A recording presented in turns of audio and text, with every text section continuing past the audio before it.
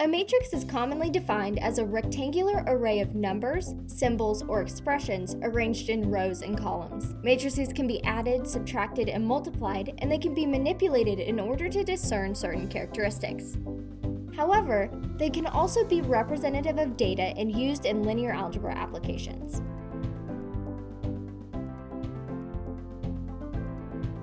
A common representation of matrices is that of data tables. Suppose the owner of a burger chain wants to see cumulative data from 3 locations.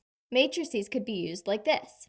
Since the dimensions of all 3 matrices are equal and the data in each corresponding entry represents the same quantity, in other words, the data in the row 1 column 1 entry is always June burgers, and so on and so forth, these matrices can be added or subtracted as needed. Matrices can also be used to solve systems of linear equations. This method is parallel to the classic elimination method. Using that method, we can add equations together and multiply equations by scalars in order to isolate and solve for the different variables. If this sounds familiar, it should, because those are also the legal row operations when working with matrices. Let's look at the steps involved, and then we'll look at a system in action. Step 1. For all equations in the system, put the terms in the same variable order. For example, x, y, z. Step 2. Create a matrix using just the coefficients of the terms in the equations in the system. Put a 0 placeholder where variables don't exist in an equation. Step 3. Augment the matrix with a constant matrix comprised of the solutions to the equations in the system. Step 4. Use row operations to get the matrix into reduced row echelon form. Step 5. Read off the solutions. Here we go. Let's solve the system. The terms are in the same variable order, so let's create the coefficient matrix. Since an x term is missing from the second equation, a 0 is put into the row 2, column 1 position. Now for the augmented matrix. The vertical line inside the matrix is often used to show augmentation. When augmenting with a vector composed of the solutions to the equations in the system, it's also a nice equal sign placeholder. Now it's time to row reduce. The -3 in row 1, column 1 needs to be a 1. Now, use the 1 to make the 4 in row 3, column 1 a 0.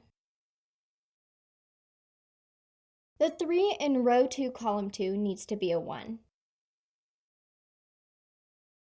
The 2/3 and the 17/3 in column 2 need to be zeros. Now the 32/9 needs to be a 1. Almost there. Lastly, the -2/3 and the -8/9 in column 3 need to be 0.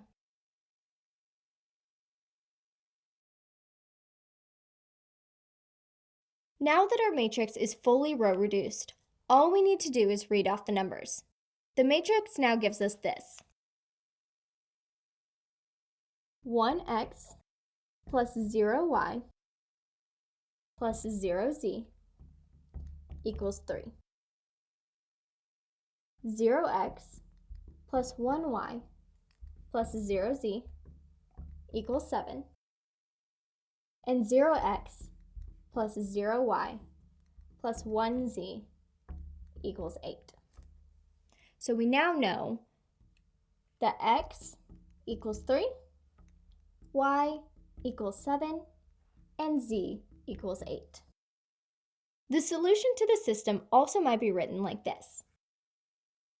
3, 7, 8. Note that you don't necessarily need to do the full row reduction in order to solve the system. For example, in the second to last step, the matrix tells us this.